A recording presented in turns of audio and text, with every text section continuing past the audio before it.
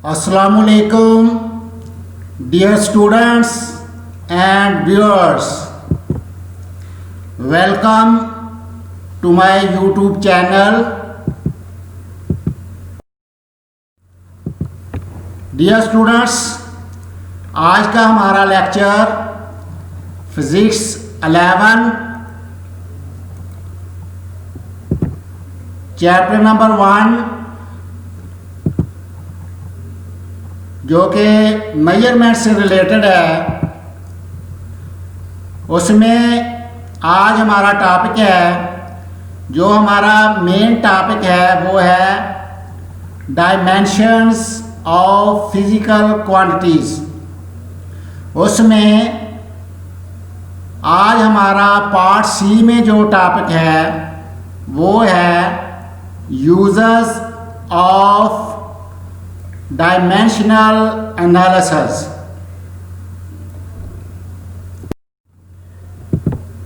Dear students, आज आपने dimensional analysis के यूजेस को अंडरस्टैंड करना है। डियर स्टूडेंट्स, अब हम आते हैं अपने टॉपिक की तरफ, uses of dimensional analysis.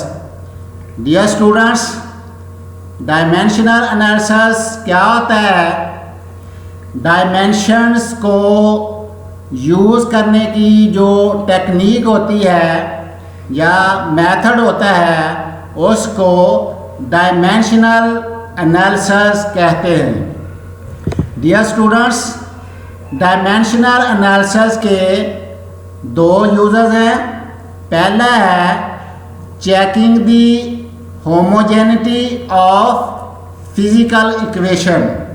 Dear students, इसमें हम इक्वेशन की करेक्टनेस को चेक करते हैं।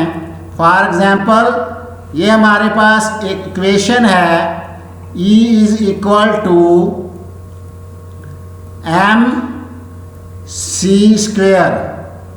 तो इस इक्वेशन की करेक्टनेस को चेक करने के लिए पहले हम लेफ्ट हैंड साइड की डायमेंशंस को निकालते हैं और इसके बाद इस इक्वेशन की राइट हैंड साइड की डायमेंशंस को निकालते हैं।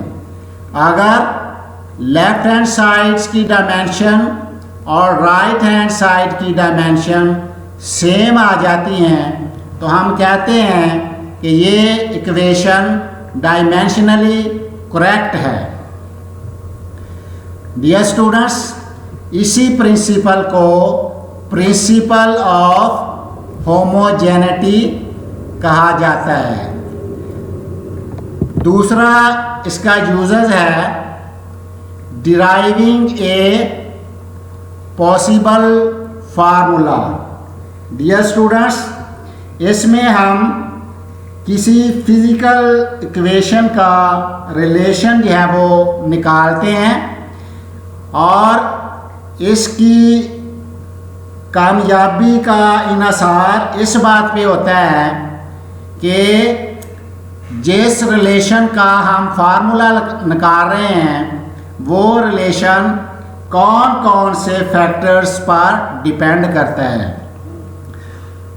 तो इसमें इस बात पर ये ज़्यादा फोकस करता है कि उस फिज़िकल क्वांटिटी के उन फैक्टर को हमने करेक्ट जो है वो गैस करना है कि ये रिलेशन इन फैक्टर्स पर डिपेंड करता है और उन फैक्टर्स को जिन पे ये डिपेंड्स करता है उनको यूज़ करके हम जो है वो फार्मूला डिराइव करते हैं।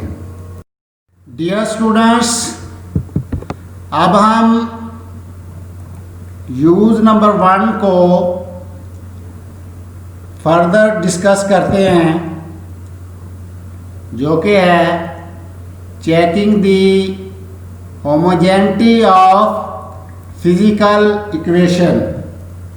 इसके लिए हम बुक की एग्जाम्पल नंबर 1.4 को लेते हैं। एग्जाम्पल 1.4 क्या है? इसमें हमने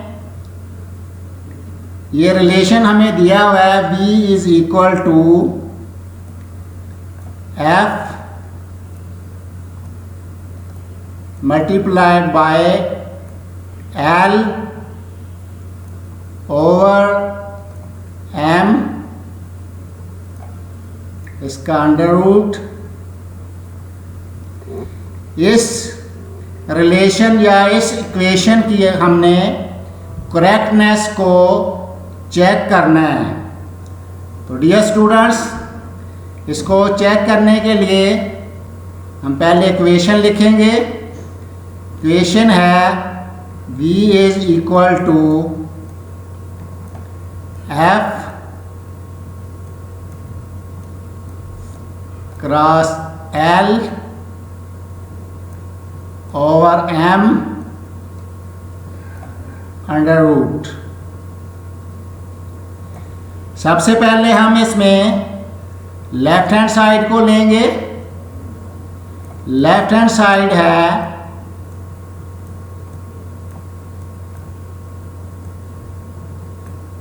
v। सबसे पहले हम इसकी डायमेंशंस को निकालेंगे। डियर स्टूडेंट्स, ये हम पीछे डिस्कस कर चुके हैं कि जो स्पीड होती है इसका यूनिट होता है मीटर पर सेकंड। अब मीटर जो है ये लेंथ की यूनिट है और इसकी डायमेंशन होती है l, और सेकंड जो है ये टाइम का यूनिट है और इसकी डायमेंशन t होती है। तो v की डायमेंशन आ जाएगी LT-1 को स्क्वायर ब्रैकेट के अंदर क्लोज करेंगे तो ये हमारे पास स्पीड की डायमेंशंस आ गई। अब हम राइट हैंड साइड को लेते हैं। राइट हैंड साइड क्या है?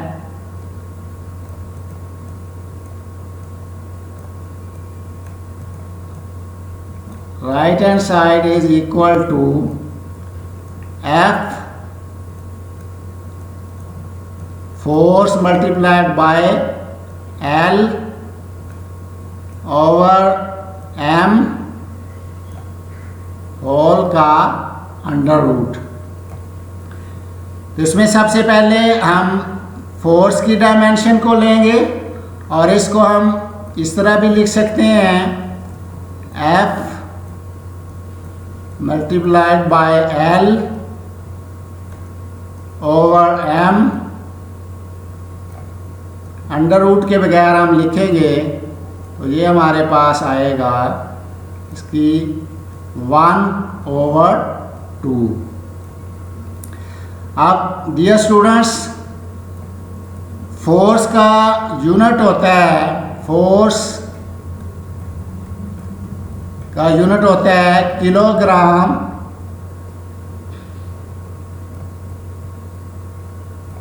मीटर पर सेकंड। डियर स्टूडेंट्स, इसमें किलोग्राम जो है ये मास का यूनिट है। तो मास की जो डायमेंशन होती है वो m होती है। मीटर जो है वो लेंथ का यूनिट है, लेंथ की डायमेंशन l होती है। और सेकंड जो है वो टाइम का यूनिट है, टाइम की डायमेंशन t होती है।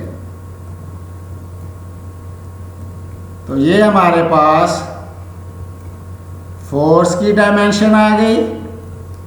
अब लेंथ की डायमेंशन जो है वो L होती है।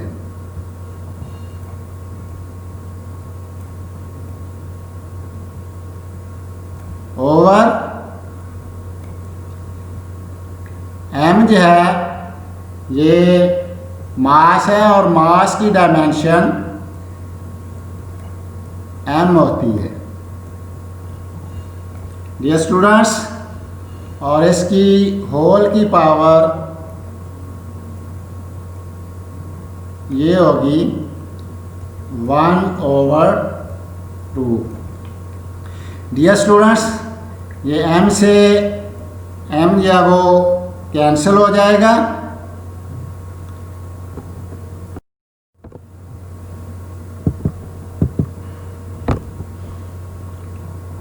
और ये हमारे पास होगी, यानी राइट हैंड साइड हम निकाल रहे हैं,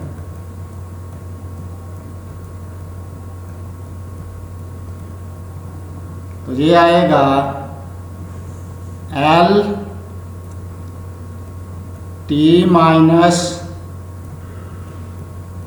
2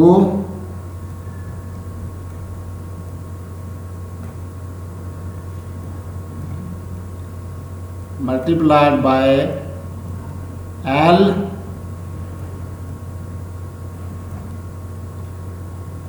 होल की पावर आएगी 1/2।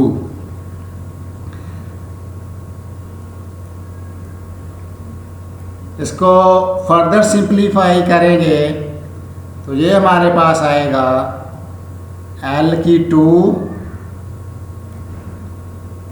T - 2 होल की पावर आएगी 1/2। अब ये पावर इनके साथ मल्टीप्लाई होंगी तो ये आएगा L 2 multiplied by 1/2 और T - 2 multiplied by 1/2।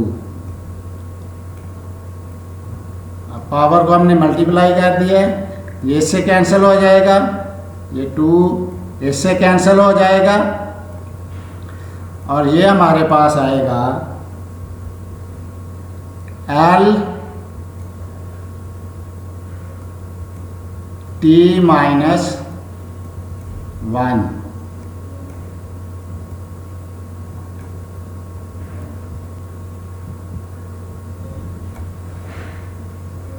तो डियर स्टूडेंट्स, ये हमारे पास राइट हैंड साइड आ गई।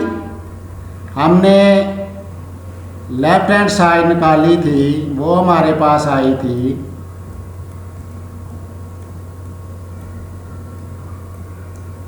L T - 1, ये लेफ्ट हैंड साइड थी और राइट हैंड साइड भी हमारे पास यही आई है। इसका मतलब ये है कि लेफ्ट हैंड साइड की डायमेंशंस सेम हैं राइट हैंड साइड की डायमेंशंस के। तो डियर स्टूडेंट्स, हम कहेंगे कि V = F multiplied by L over M whole का √। ये जो रिलेशन है ये डायमेंशनली करेक्ट है, इज डायमेंशनली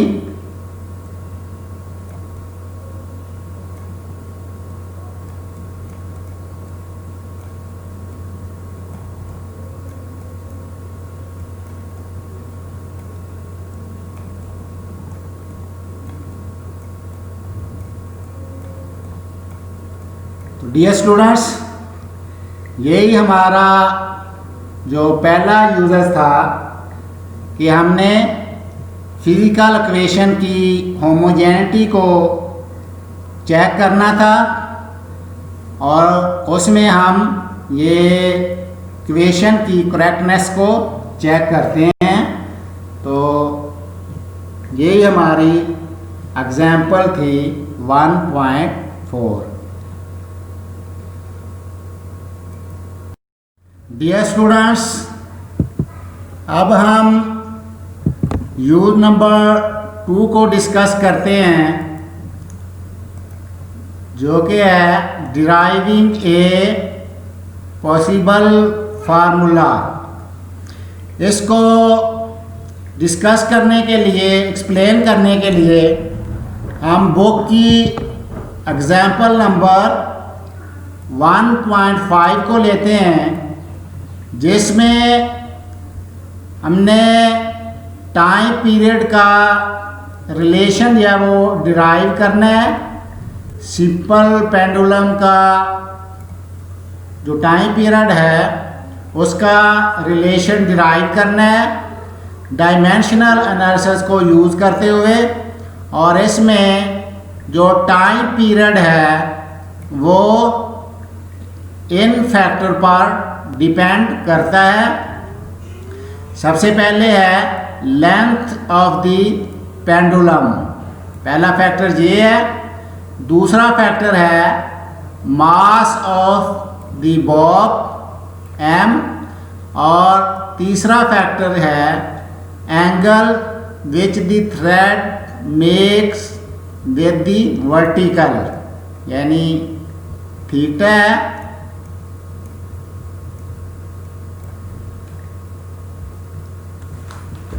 ये पेंडुलम की डायग्राम है।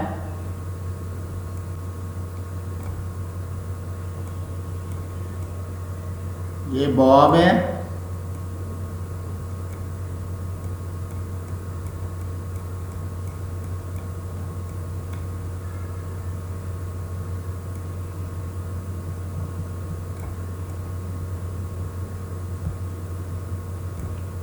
इसका मास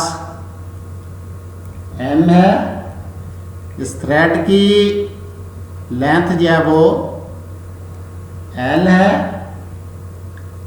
ये एंगल जो है ये थीटा है।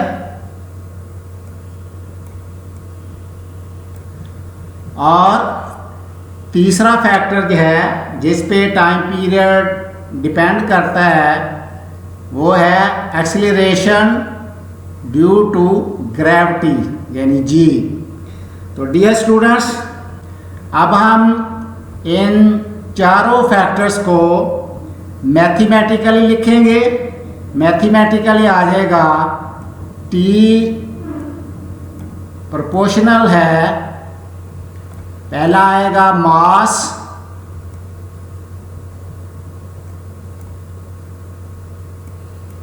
लेंथ,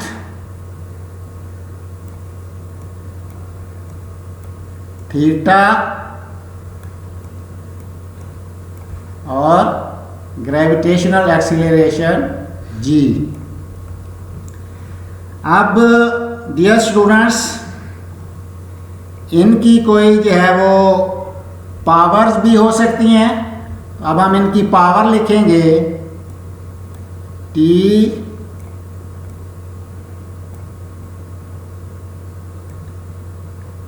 m की पावर a, l की पावर b,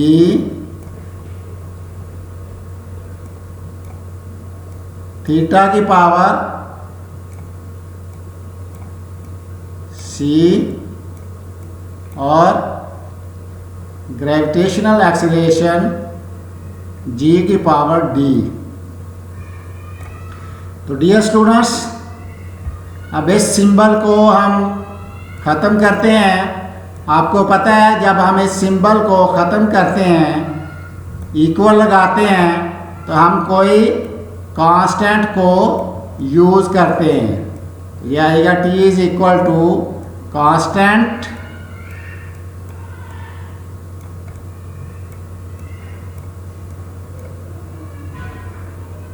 m की पावर a,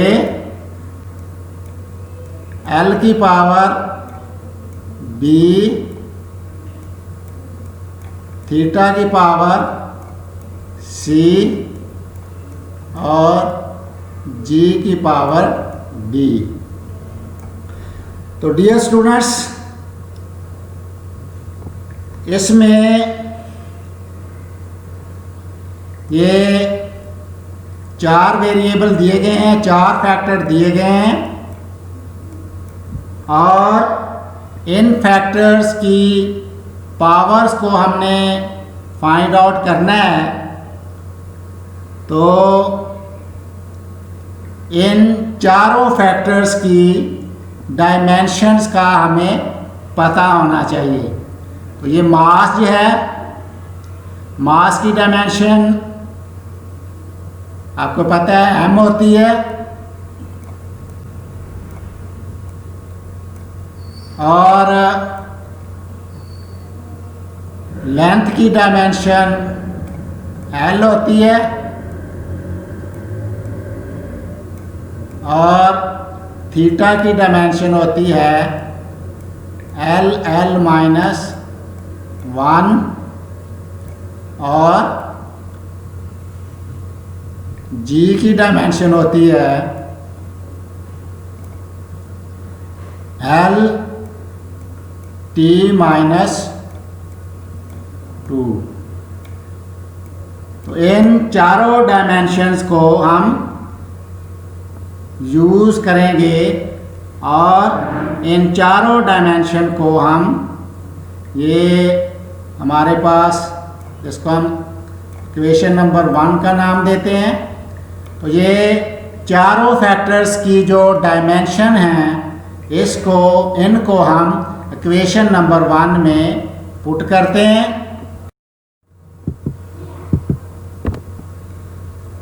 तो हमारे पास t is equal to constant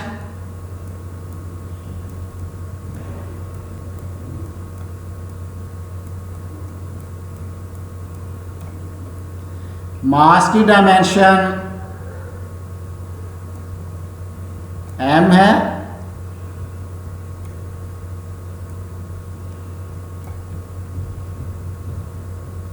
ये हमारे पास जो रिलेशन आया था इक्वेशन नंबर 1 ये है, t is equal to constant m l theta g। m की पावर हमने a ली है, l की पावर हमने b ली है, थीटा की पावर c ली है, और g की पावर हमने d ली है। तो कांस्टेंट मास की डायमेंशन m आ जाएगी, और इसकी पावर a, और l की डायमेंशन, लेंथ की डायमेंशन l आएगी, और इसकी पावर b, और थीटा की डायमेंशन l माइनस 1, और इसकी पावर c, और g की डायमेंशन l t माइनस 2, और इसकी पावर होगी d। तो डियर स्टूडेंट्स, अब हम इसको मज़ीद जो है वो सिंप्लीफाई करते हैं। तो t is equal to constant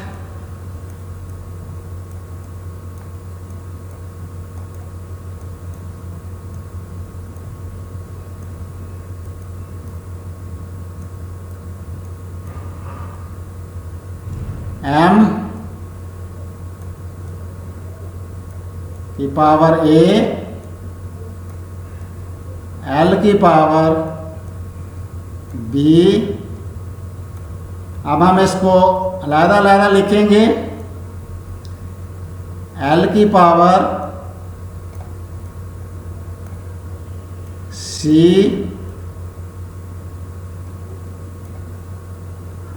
और इस L की पावर आएगी -C। इनको भी हम अलग-अलग लिखेंगे। इस L की पावर आ जाएगी D और T की पावर आ जाएगी -2D। अब हम इसको फर्दर सिंप्लीफाई करते हैं। ये हमारे पास इधर आएगा T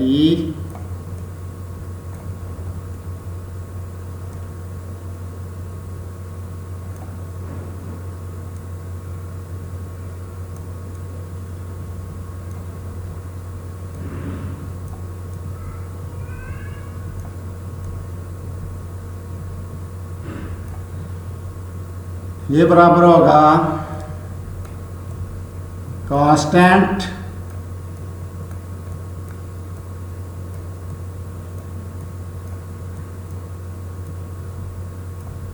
M की पावर A। अब ये भी L है, ये भी L है, ये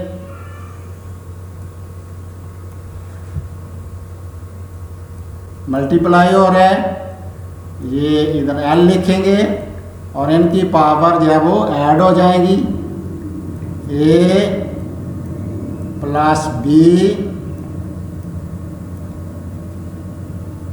+ C - C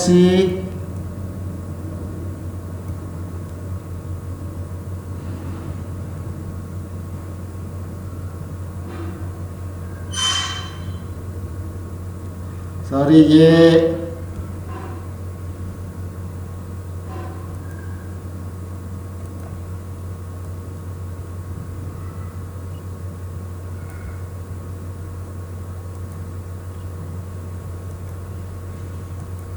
A नहीं आएगा, B आएगा। B + C - C और +D और ये आएगा T की पावर -2D। अब हमने चूँकि डियर स्टूडेंट्स पावर को कंपेयर करना है तो लेफ्ट हैंड साइड पे हमारे पास जो डायमेंशन है वो T है, इधर राइट हैंड साइड पे M भी है और L भी है। तो इनको हम इस साइड पे भी लेंगे लेकिन इनकी पावर जो है वो हम 0 लेंगे। M की पावर 0 और L की पावर 0।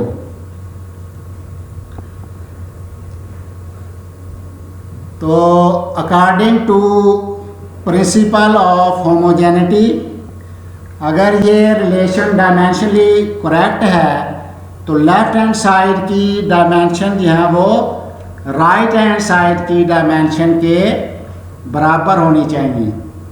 तो बाय कंपेयरिंग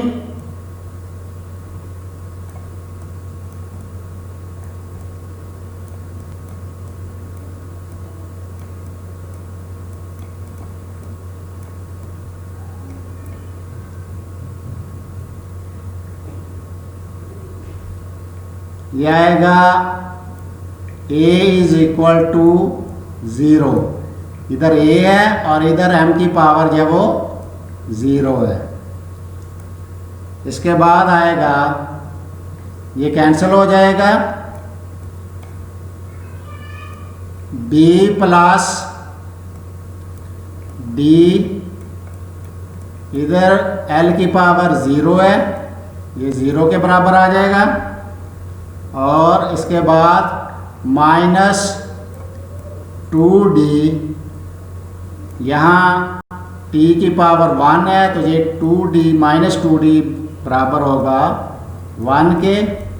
तो यहाँ से d की वैल्यू हमारे पास आ जाएगी -1.1/2।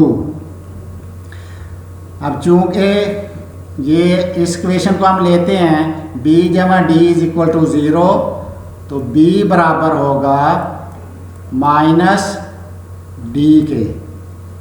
अब d की वैल्यू हमने निकाल ली है, ये होगा -d की वैल्यू पुट करेंगे -1/2। तो ये हमारे पास b की वैल्यू आ जाएगी 1.1/2। तो डियर स्टूडेंट्स, ये तमाम वैल्यूज़ हम ये इक्वेशन नंबर 1 में पुट करेंगे।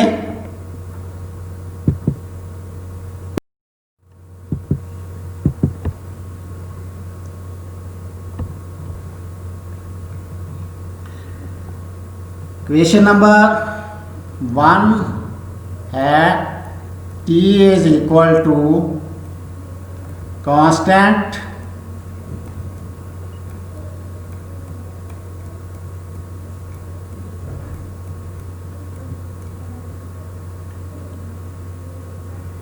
m की power a multiplied by l की पावर b थीटा की पावर c और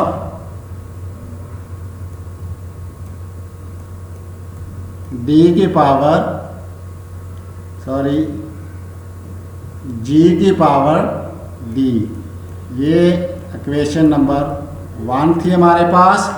अब इसमें इनकी वैल्यू पुट करेंगे पावर्स की, तो ये होगा t is equal to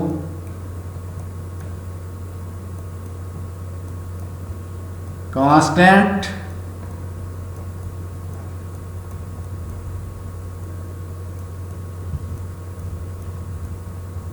m, a की वैल्यू जो है वो 0 है, l b की वैल्यू हमने निकाली है 1/2 और थीटा की वैल्यू जो आती है, थीटा की हमने डायमेंशन निकाली थी l-1। तो डियर स्टूडेंट्स, ये आपस में कैंसल हो जाएगी और इसका आंसर 1 आएगा। तो थीटा की जगह 1 आ जाएगा। अब g की वैल्यू आएगा, d की वैल्यू आपने निकाली है -1/2।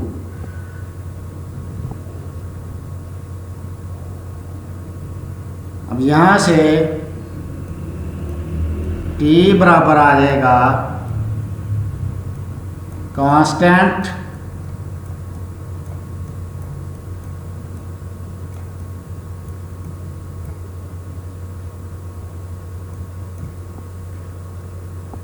डियर स्टूडेंट्स, ये m की वैल्यू 0 है और इसकी वैल्यू जो m की पावर 0 है इसकी वैल्यू क्या है 1 होगी।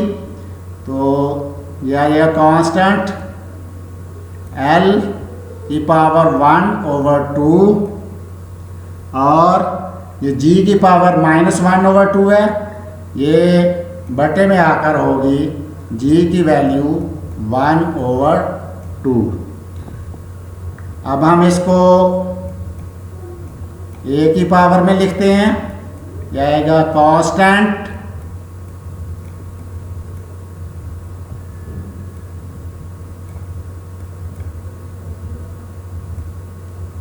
l/g होल की पावर आ जाएगी 1/2। अब हम इसको पावर को ख़त्म करेंगे और अंडर रूट यूज़ करेंगे। ये होगा t is equal to constant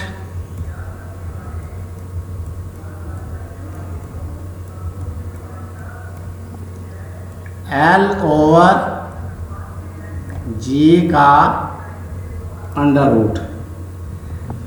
तो डियर स्टूडेंट्स, ये हमारे पास टाइम पीरियड का रिलेशन आ गया है।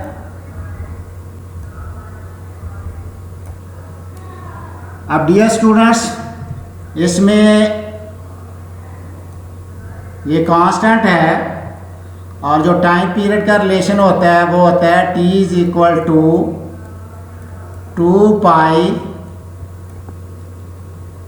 L/g का अंडर रूट। तो ये भी कांस्टेंट है।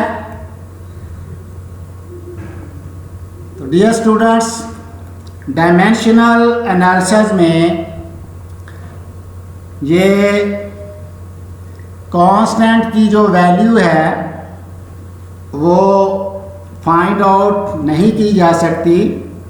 यही जो है वो डायमेंशनल एनालिसिस का ड्रॉबैक है।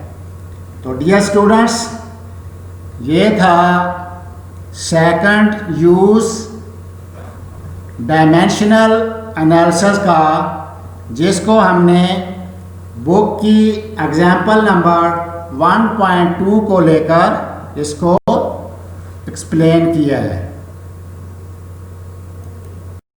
Dear students, thanks for watching. आप हमारी वीडियोस को वॉच करें, शेयर करें, लाइक करें और कमेंट्स दें और हमारे चैनल को सब्सक्राइब भी करें।